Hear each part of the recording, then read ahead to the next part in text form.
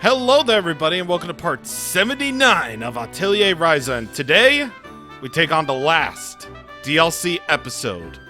Episode Empel and Lila, the end of an adventure and beyond. That's a mouthful. After parting ways with Ryza, Lila and Empel continue their journey. They discover a new gate and step foot into the underworld once more. And due to the fact that you control Lila throughout this event, this DLC is an automatic win.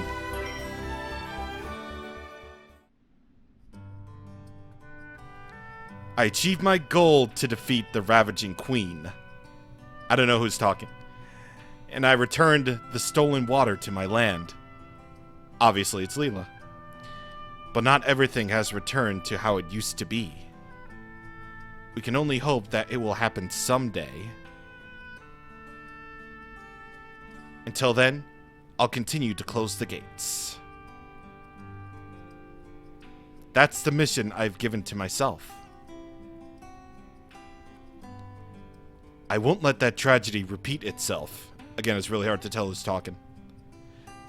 With hope in my heart, I continue my travels. Exactly. Who? I don't know. Notice anything over there? Yeah. No, nothing out of the ordinary. If anything, it's slightly more green than before. Then it's returning to its original form, thanks to young boss returning the vortex of white and blue. It would seem that way. Over the past few years, the scenery has been changing for the better, slowly but surely. So then, are you going to close the gate?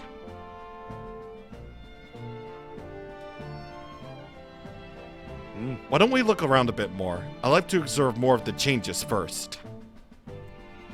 I doubt much has changed aside from the new greenery. Each region of the underworld has its own unique environment. I don't know much about this world, so I like to see as much as I can with my own eyes. Very well, then let's continue to look around. And there's a cutscene literally just up ahead before we talk about anything else.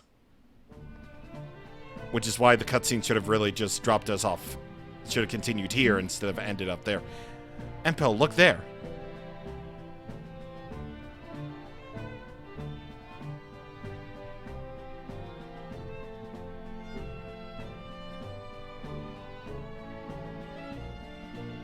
This isn't of the Orin. It must have been left behind by humans, the Clink Kingdom to be specific. Sigh, even here, the shadow of the fallen kingdom still looms. Frankly, it would be harder to find an area that they haven't tainted. I have to imagine you're right.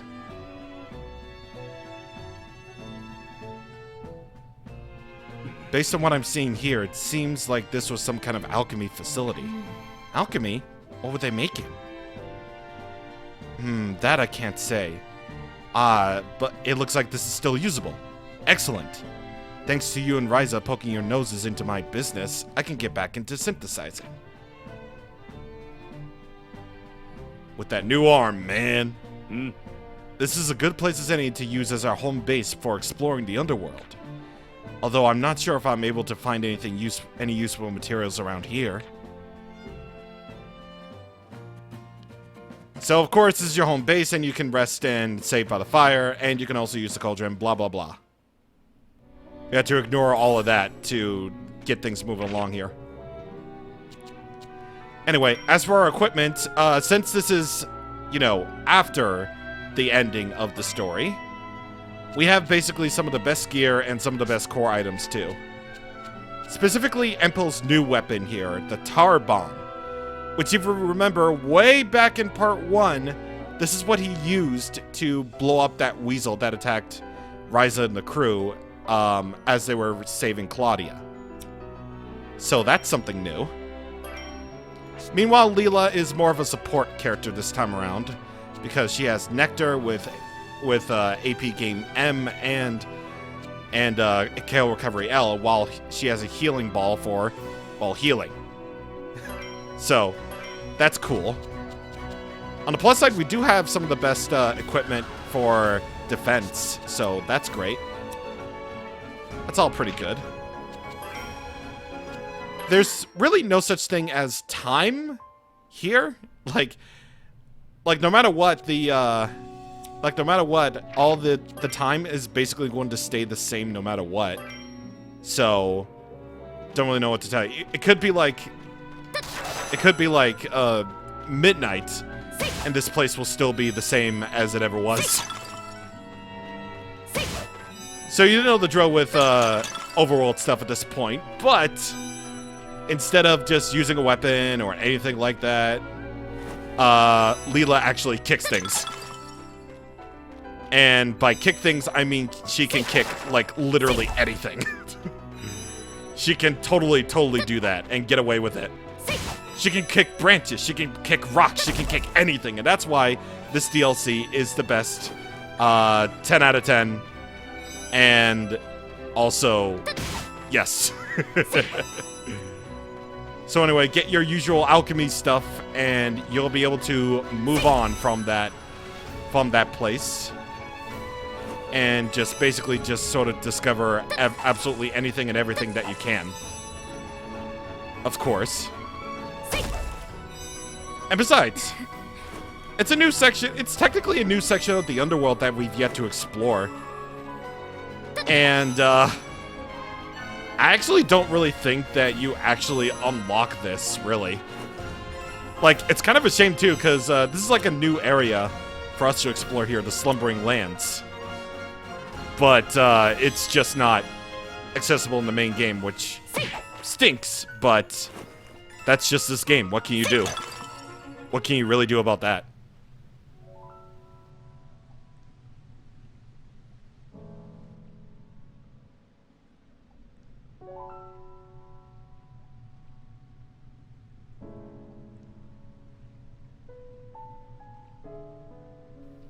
Is this an orange settlement, Lila? Yes, I'm not sure, but based on the architecture, I'd say it's from the Green Feather clan. But we're far from that clan's homeland. Perhaps there was an offshoot that settled here. To be honest, all your clan architecture looks the same to me. Oh, I've been meaning to ask. What is it? I should have brought this up before, but what exactly are the Orin? Kilo's an Orin too, right? But she honestly was nothing like you. What, is that all you want to know? Just like how you humans live all over the world, she's part of another group that lived here. And what are clans exactly? You mentioned them when we first met Kilo. Ah, that's true. I never explained our clans to you, did I? The Orin may look the same, but we're divided up into clans, sort of like your human nations. Each clan has a role. My White Fang clan specializes in war. We all trained from a young age. Kilo is part of the Soul Speaker clan. They're set to control spirits, though I'm not sure how that works. Spirits? They seem to be invisible to humans, but they're beings responsible for natural phenomena. Kilo can freely control these spirits. I can do something similar but not to her clan's extent. For those who fully command the spirits, it is a highly potent source of power. Then Kilo is much stronger than me. She took on entire Philza legions all on her own. I see. And you said the Green Feather clan lived here. What was that clan like? Their job was to protect the natural world, which I suppose they weren't able to do. I'm sorry. No need to apologize. They'll be plenty busy once they return to our world. They'll have to plant seeds, nurture them, and create a plentiful forest once again. They survived somewhere, I'm sure of it. We may even run into them someday. I sure hope so. Anyway, are we done here? If so, we should get going.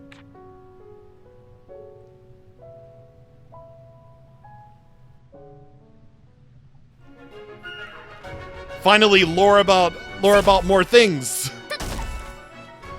Yes, actual legitimate lore. I likey. Yeah, I love me some lore. Plus, we get to learn a little bit more about Kilo, which again, I wish that they didn't actually drop her like character like Maybe I guess what I'm trying to say is that I wish Kilo got more of a focus, like maybe she would have been like a temporary party member, like I said. I kind of wish that, but you know, it is the way it is. It just is the way it is after all, so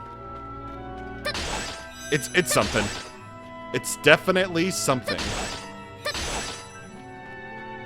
Anyway, you can find all sorts of, you know, gemstones in here. You can find, yeah, just, once again, the same rules apply. Just gather up anything and everything you can. Because you never know what you're going to need. And also, you have full access to your gathering tools here. Like, for example, Lila can fish now. Yeah, Lila can fish. So, that's pretty cool. She only has the fishing rod, which isn't the best. You'd think it would be, but no. It actually isn't. I don't really know why that is, honestly. And also, I don't know how this can be an absolutely huge map, but there's no skip travel points, so that'll have to wait for another time. Well, for another game at least, probably. Here you can get 3 spirit bottles right here. Once again, spirit bottles are very good for alchemy. And, of course, I'm going to have to drop these. I will be right back once we drop these things off. Aha, a treasure chest that I missed. So, of course, the blue arrow is where I'm at. And right over here, before this parching demon kills me, you can find heroic spirits here.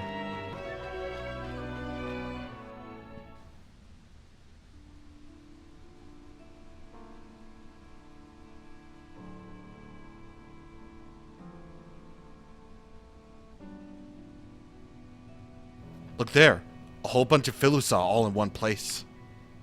Are we going to attack them? Our mission here is to survey the land, not hunt down the Philusa. I like to avoid any unnecessary fighting if at all possible.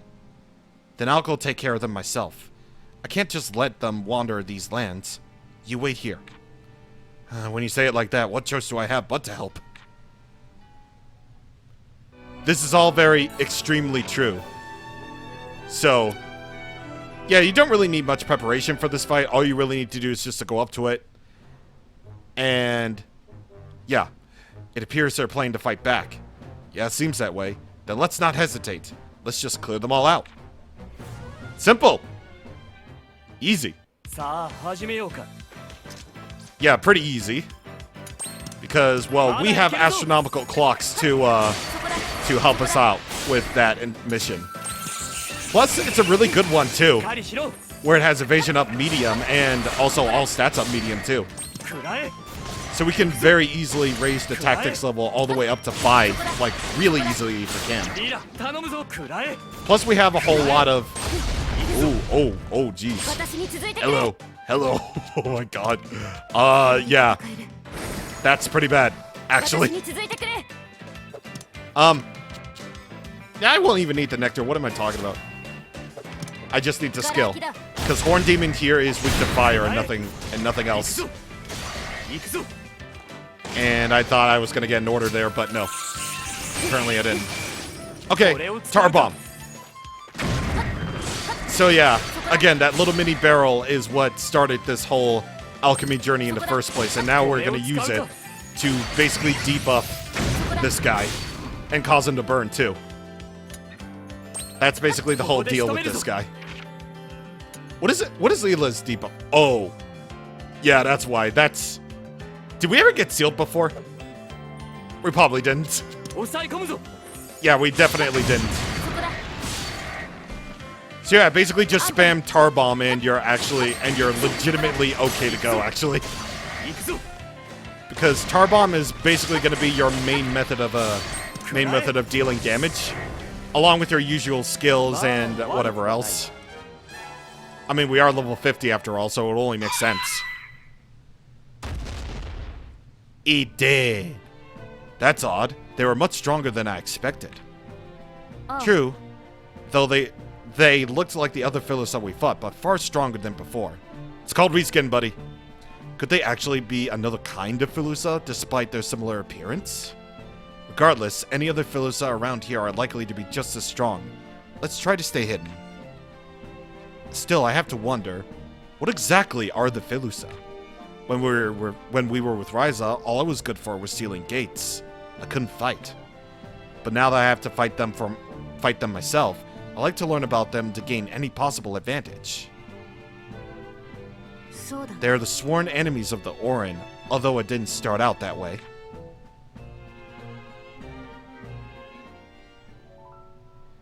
We shared this world, but lived in different regions, so we rarely had any interaction. But one day they became the enemy. The war began, and this is what our world became. It was once thought that the Filusa soak up the life and soul of the earth. But as it turns out, the humans of the Clink Kingdom were the ones doing that. The Filusa were simply migrating to where life could be found, and we clashed as a result. Please don't look at me like that. Life will return to the earth sooner or later, and the Filusa will have no need to intrude on us. Eventually, we'll stop clashing, and all future dangers should be quelled. I certainly hope that's what happens. Well, that's kind of stuff we know already, but, you know, it's nice to have a refresher every once in a while. Speaking of which, we definitely want to fight these things, because they'll have something that you'll definitely need for later, so I'm gonna kill these. I'm gonna kill these guys, so I will be right back with that. These Shadow Commanders will drop Spirit Beast armor, but the one you're really looking for is the Underworld Core. You're gonna need some of them if you want to continue any further on in the story, so, once again, BRB with that. Did I forget to mention the fact that they were rare drops? Because I should have mentioned the fact that they were rare drops. Like, gosh. Yeah, they are rare drops indeed, so, yeah. By the way, I picked up an Esplante right here. You know, while we were going through the motions, so... I think about 3 of them should do for what's coming up, so that's cool. There's a little campfire up here, and you can also get yourself some spear worms and some clear water and blah blah blah over here. Oh, and also, you might want to pick up some dark crystal fragments too, because you're gonna need those too.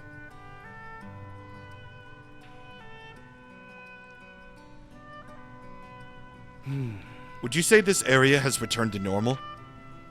The water may be back, but that doesn't mean everything's fixed right away. True, I guess that's just the nature of things. Different places recover at different speeds. Of course, that assumes your world functions the same as mine. What do you think? I think it's fundamentally the same. Back then, it used to look pretty similar to your world, but our world seems more fragile than yours. Even a small force applied from outside destroyed it. So, I suppose that's one difference.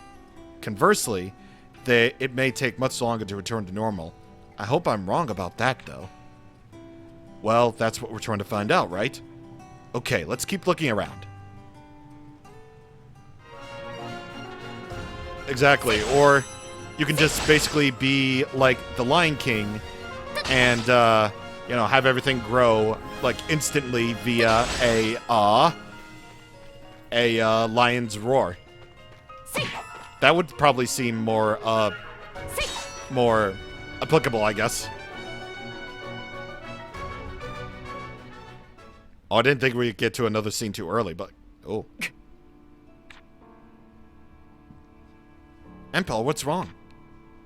I don't know. I just suddenly have a splitting headache. Are you okay? Is anything else wrong? My ears are ringing, and I feel kind of nauseous. And it feels like there's some kind of pressure pushing down on my entire body. I don't feel anything. As I see, I suppose it's just me then. I wonder if it's some kind of illness humans get from staying here too long. I'm not sure, but I'm doubtful. I haven't heard of any illnesses that causing symptoms quick. Oh my god. I'm not sure, but I'm doubtful. I never heard of any illness causing symptoms so quickly. What do you want to do? Should we head back? I can carry you if it's really that bad. I don't think my ego could take that. I like to keep investigating this area a little more. You and your strange pride. Well, whatever. Just say something if you can't keep going. I mean, it's true, but he's absolutely fine. He's fine. He's fine. He's fine. Don't worry about it. Absolutely don't worry about it. He's fine. He's fine. He's fine. He's fine. He's fine. You can find Master Leather over here just in case you want to make yourself some better equipment. You can't rest at this bonfire, believe it or not, so that stinks. But you know, that's not really what we're here for anyway. Not to get some rest, but to investigate this big old area. So, why don't we just do that thing then? And now we go up to this way. Oh gee, whatever shall we do about this blocked path? It's not like we can jump over it. What is this? It's almost certainly a remnant of the Clink Kingdom era. You know, that pressure I'm feeling, I think it's coming from here. I have to admit, I want to find out what's waiting on the other side. What about you? If you're still okay to keep going, I think we should. But what should we do? It's not a gate exactly, and it seems like somebody wanted to seal it off. Well then, I guess we'll have to destroy it. I don't disagree, but don't you think that kind of solution lacks finesse? I'm okay with that. Any Clink Kingdom remains in the underworld deserve to be destroyed. I suppose that's true. Flick that bomb.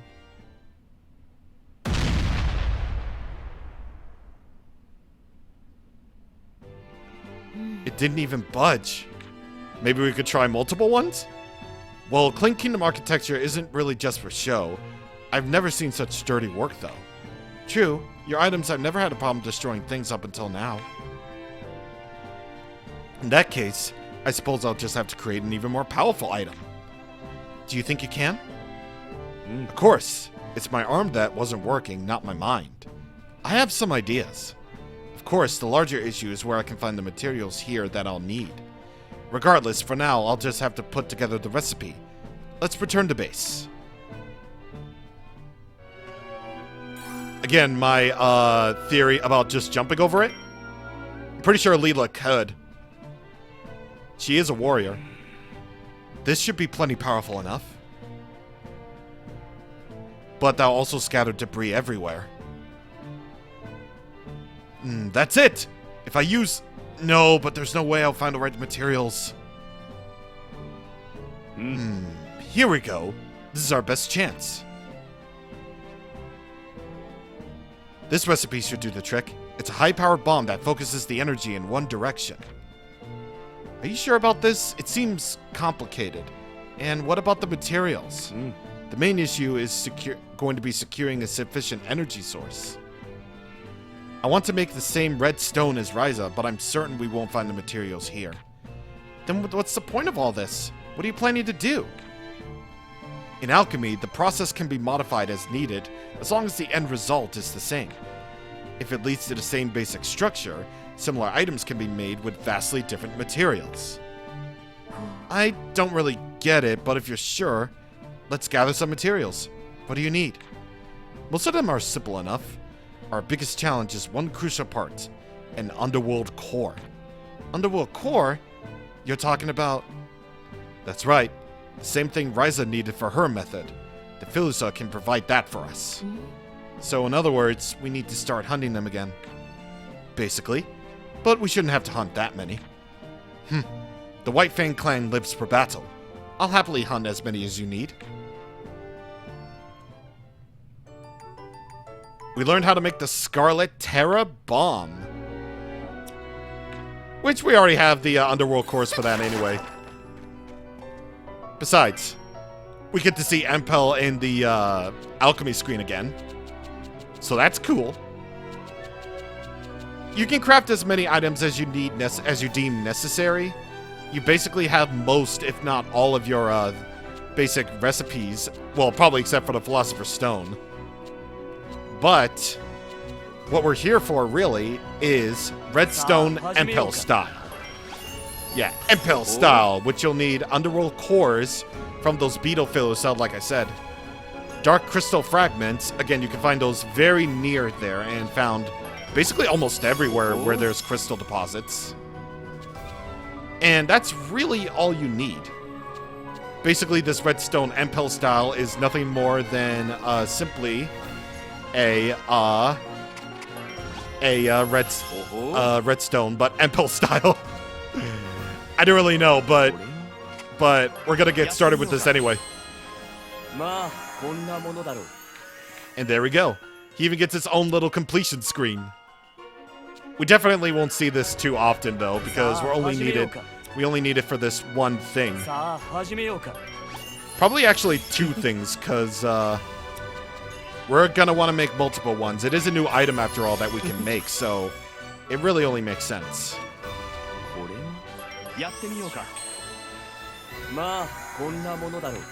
Alright, there we go. Besides, we'll need it for fire damage L anyway. So it really only makes sense to just do that. Do I want it though? Nah. Alright, so this item is actually pretty interesting. The reason I'm going over it is probably what you can guess. But it's another attacking item in which this has fire damage for effect 1, simply. Raining Flame L, which delays the enemy's turn and increases stun gauge damage. Effect 3 is Incinerating Flame, which will have a chance of an instant KO and 100% chance of an instant KO if the target is low HP. And effect 4 is Inflict Burn. So you definitely can guess why I'm going over this item. So it's gonna be neat. Anyway, let's get it. We made 2 of them, so that's pretty nice. My all-new bomb is officially complete. Now we can destroy that Clink Kingdom remnant. Are you really sure it's that powerful? Absolutely. It's good for battle, too. Although, since it's directional, it's not great for moving targets. So it packs a punch if it actually connects. And it's not a sure thing. Risk versus reward. True, but even so, the explosion range is still fairly wide, so it should do some damage anyway. I see. And what about you? How are you feeling? Oh, huh? Oh, well, not exactly great. But it's not too bad either. At least as long as we're here. But it seems to get worse as I get close to those Clink Kingdom remains. Nevertheless, we have to get past them to see what awaits beyond. Well then, grab your bomb and let's get this over with.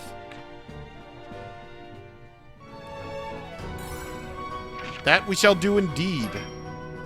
But it's like I said, you can actually use this as a weapon of sorts. I'd rather not get rid of the, yeah, I'd really rather not get rid of the tar bomb. And oh yeah, that Genesis hammer is pretty good too. Like, jeez. Yeah, I'm fine with keeping my setup the way it is. Yeah, I'm fine with keeping it the same as it is. Yeah, I'm perfectly okay with that. So let's get going with our plan then. All right, here goes nothing.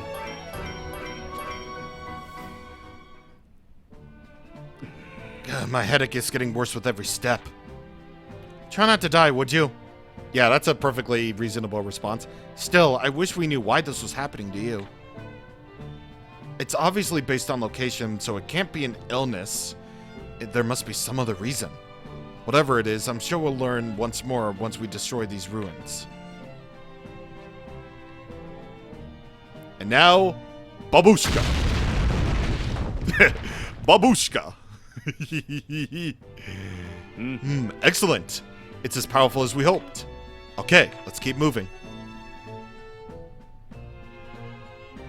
Now remember, Empel, don't die from your splitting headache. We all know how much Lila cares about you, and obviously, we're going with the narrative that she secretly likes you and just refuses to admit it. We're almost at the very end, by the way. What's this glowing orb? I have no idea. I was hoping you would have some kind of clue. I can honestly say I've never seen anything like it. I'm sure of one thing. This is the source of whatever's ailing me. What? The closer I get to it, the heavier the pressure that I've been feeling gets. You really don't feel anything, Lila? No, not a thing. Maybe the Orin can't feel whatever effect it has since you were from here originally. I wonder if it has something to do with the spirits. What do you mean? I mentioned that Kilo can control them, but every Orin has a deep connection to them. So maybe there's some force that takes the form of this pressure, but I can just accept it. I see. I hadn't considered that possibility, but I guess that does make sense. At any rate, this orb seems to be overflowing with energy. So what will you do? Take it with you? I'm sure that's what you have in mind. Yeah. As an alchemist, I can't deny my interest, but I think I'll refrain this time. That's odd. How come? I feel sick just standing next to it. I'd rather not carry it with me. Besides, if it was my world, I wouldn't hesitate, but I refuse to take something that belongs in this world. I see. Still, I'm surprised that you don't know anything about it. If only Ryza were here. Whatever the case, let's get out of here. My head is about to split in half. Yeah, that doesn't really matter in the long run. It don't matter, like, Empel doesn't really feel any effects from it. There's no, like, poisoning or anything like that. There's really nothing like it at all. So, he's, like I said, he's fine. Again, he's okie dokie. He's hunky dory. Dragon's Eye. Not that you really need it, but it's nice to have. And oh, would you look at that? Would you look at that? Recycled final boss number 3, baby. Empel, look! Is that the Ravaging Queen? It's not the same as it was before, but it is a Ravaging Queen, that's for sure. I heard there was more than one, but I certainly didn't expect to run into one here. Well, the Philosa do live in packs, and every pack needs a leader. But the Philosa we've seen so far didn't seem like they were especially organized. So this queen may not have the ability to command them yet. A younger specimen, perhaps. I think we should just take care of it. It may be young, but it's still extremely powerful. It's only the two of us this time. Victory is far from guaranteed. Are you sure? Her guard is down right now. We need to prepare ourselves, but I think we can do it. Alright, then let's take her on.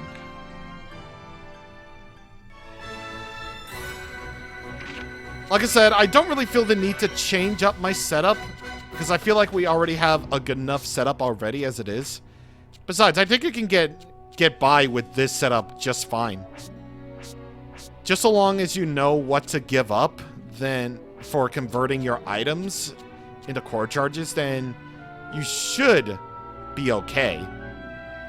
Just remember that you'll need a Tar Bomb or Scarlet Terra Bomb. But I think the Tar Bomb would definitely be better here because of the added Inflict Burn effect and also Lowered Guard, which can lower defense of enemies. So I think you're better off with that and just leaving the Scarlet Terra Bomb to just making it past that one scene. But anyway, in this last treasure chest is a Golder Tyrion.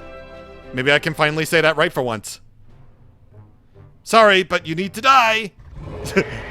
That's what I'm gonna say to everybody from now on. It's just like, sorry, but you need to die. Reuse final boss level 3 is a Ravaging Queen.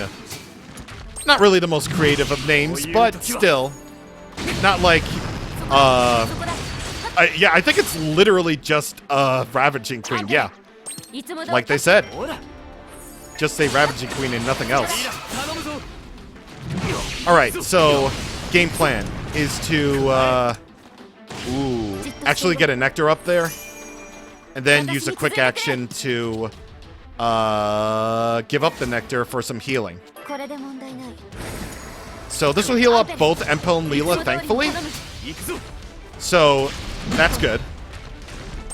And what's also good is the fact that this Ravaging Queen is weak to Tar Bomb. So just basically feel free to spam it if you need to. Yeah, absolutely just spam it without any remorse whatsoever. Anyway, this Ravaging Queen basically acts about the same as all the others that we fought, aka the main Ravaging Queen and the Queen of Shadows. It basically acts in the fact that it can activate Corrosion whenever its HP is around half. That way it can inflict statuses easier. But once again, we have Tar Bomb. Ooh yeah, baby, let's go. Okay, I'm gonna use this quick action to ooh, I can't actually though. I'd rather just yeah, cause a little bit of damage right there. And bada bing. Alright. Nope. I'm gonna switch to Empel's turn. And actually gain a little bit of AP while we're doing it, so I can make 2 quick actions, actually, while the break is still on. One is to convert my Genesis Hammer. Even though it has a chance to paralyze, I really just want to just cause damage. And Tar Bomb to effectively weaken it so that we can get to second phase. It's pretty easy once you know what to do. Like, literally, this is just an easier Ravaging Queen, honestly.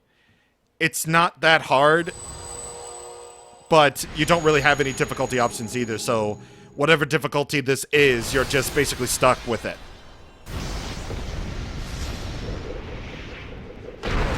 Also, I really don't know how a insect monster can change into like a humanoid, into like a really a humanoid little beetle human knight thing. I mean, I'm still in the camp that it really looks cool. So, I suppose that's a plus, I can say. But really, same rules apply here as in the first phase. It's weak to Tar Bomb, so just keep on spamming it until you win. It has the same skills as Phase 2, Ravaging Queen and Queen of Shadows always, except, you know, one is stronger and the other is weaker. Pretty obvious whenever you think about it. So, it's nothing that you can... It's really nothing that you can't handle at this point. It really isn't. Just remember to convert your items if you need to. Yeah, convert your items if you need to. Remember to stun it whenever possible. Break it down even further, and then you're free to basically use up your Fatal Drive if you want to. If you want to get some additional damage in there as well.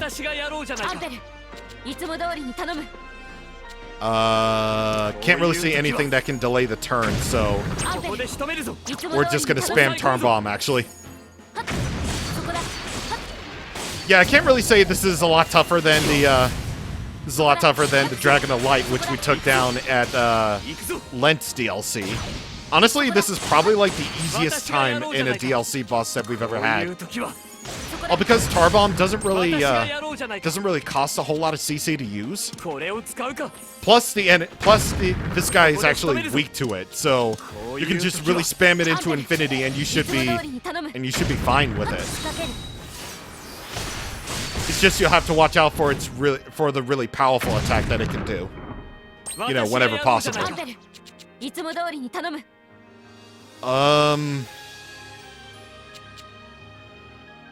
What do I do, actually? Wait, it's actually almost done, actually.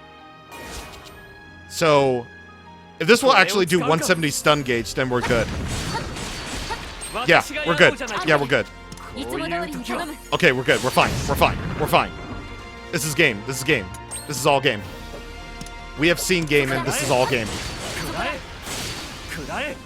Oh, come on, come on. Let me do it. Oh, I was about to finish it off with the Fatal Drive, but I didn't do that. Come on. We haven't used Fatal Drives in forever. Come on.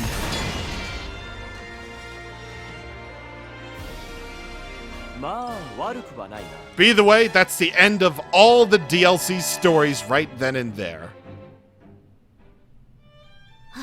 It looks like it wasn't actually as powerful as the last Ravaging Queen.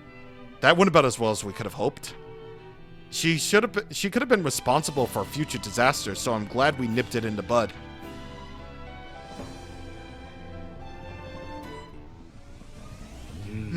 I don't think there's anywhere else to go from here. I have to assume that the Ravaging Queen was the most dangerous enemy in the area. I doubt there's anything else we could pose that could pose much of a threat. Then shall we return? I think so.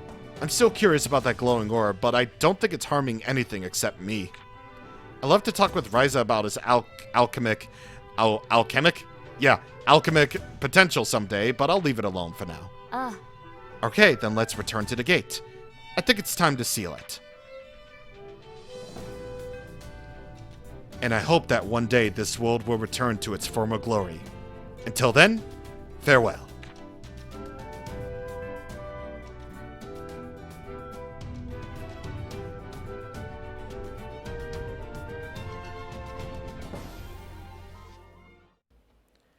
And that's all she wrote about the DLC stories. You get a new recipe as well as a new photo mode pose, of course. And yeah, like I said, you don't get that new section of the underworld that you can explore. Which is kind of disappointing, honestly. Like, that could have been a very good, like, late game area to gather materials in for the end game, but I guess it just wasn't meant to be. You get the book Empel Secrets from that, which will let you learn the Tar Bomb and the Scarlet Terror Bomb.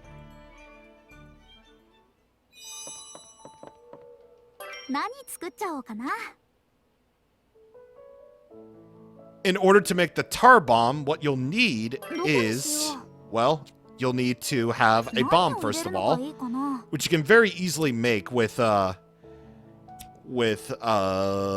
stuff, with bombs, with regular bombs. Basically, unfortunately though, this isn't really much better than a regular bomb per se. It's just slightly better than a regular bomb. You can increase the fire damage with the effect 1. And effect 2 is just lower guard, which again, that's what a regular bomb has. But effects 3 and 4 are where it gets, you know, slightly interesting because it has inflict burn up to medium and directional explosive. Now, this is a new one. This delays the enemy's turn while also increasing attack. So, bit risky, but, you know, it can actually be pretty decent for a bomb if you didn't already unlock the recipe for Scarlet Terror Bomb in the same DLC as a reward. So, not really that useful, I want to say, honestly. Like, really not that useful as a regular bomb. But it's there if you want it.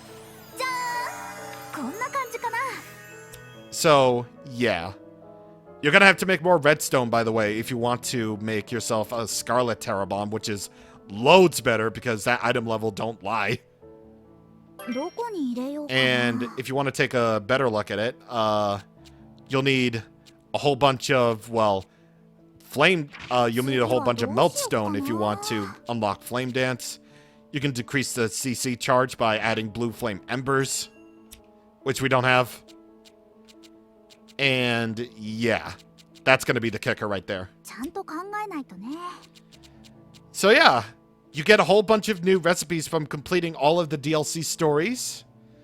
And I would say that's pretty worth it, especially considering the area we're about to go to is going to be extremely difficult. Let's just say that. And as for photo mode, you actually, do we even unlock anything? Because I really would like to think so, but apparently not. Apparently those photo modes were lies. They were actual legitimate lies. I can't believe it. Actually, though. But I suppose you can actually show these off to, well, people. Oh, wait. Oh, I thought they were just for Ryza. I'm an idiot. Okay. So it actually turns out that these different characters actually unlock different poses. Yeah, I don't really understand that either. But I guess that's pretty cool, I suppose. Wow, you get lying on the beach. What? Okay. That's pretty neat. I don't know why this didn't say... I don't know why this wasn't really clear to everybody, where it was like, okay, you can unlock these poses, but only for certain characters. That's incredibly bizarre. Yeah, I'm having Tal, like, clip through the floor. No. I'm having Tal clip through the stairs. Yeah! That's pretty neat. And I think this is basically what he looks like when resting. Anyway, I'm gonna have him clip through the floor, just like that. There we go. This will make an excellent photo. Excellent. As for Empel, he has his own episode bonuses right there. I'm just gonna put him right between Claudia and there. There we go. And as for Lila, I'm just gonna have her sit on the stairs. Or sit down next to the stairs. There we go. That's what we're talking about right there. Now that's a good one right there. Yep, Tal's just like the odd man out when clipping through the floor. Crazy. But either way, that's all there is to the DLC. Surprisingly, there was a lot of content in that one. Like, for real, there is a lot of content there for sure. It definitely, in terms of this overall story, like, it does add just a little bit. If I can rank the DLCs, probably Empel and Lila's would definitely be my favorite next to the Moritz Island DLC. And then there's Claudia, and then Tao and Lentz didn't really have anything in it at all, so... Yeah, that would be my personal rankings, honestly. The DLCs just get better and better with each release. And I played them in release order, so... Tao's was first, Lentz was second, Claudia's was third, Moritz Island was fourth, and then fifth was Empel and Lila, so... Yeah, that was cool. Not bad for a season pass. Not bad at all. So yeah, that is, well, just about everything in terms of the side stories of the DLC. But in terms of the big main game, there's one little avenue left that we've yet to explore. And that would be the secret solitary island. Oh boy. And if you thought that video games could be hard before, well, you ain't seen nothing yet. So, next time on Atelier Ryza, now that we've done, well, basically everything that there is to do, all except for one thing, we're heading through this door to see what lies beyond. So, I will indeed see you guys on the good old-fashioned next time. Thank you for watching. And goodbye.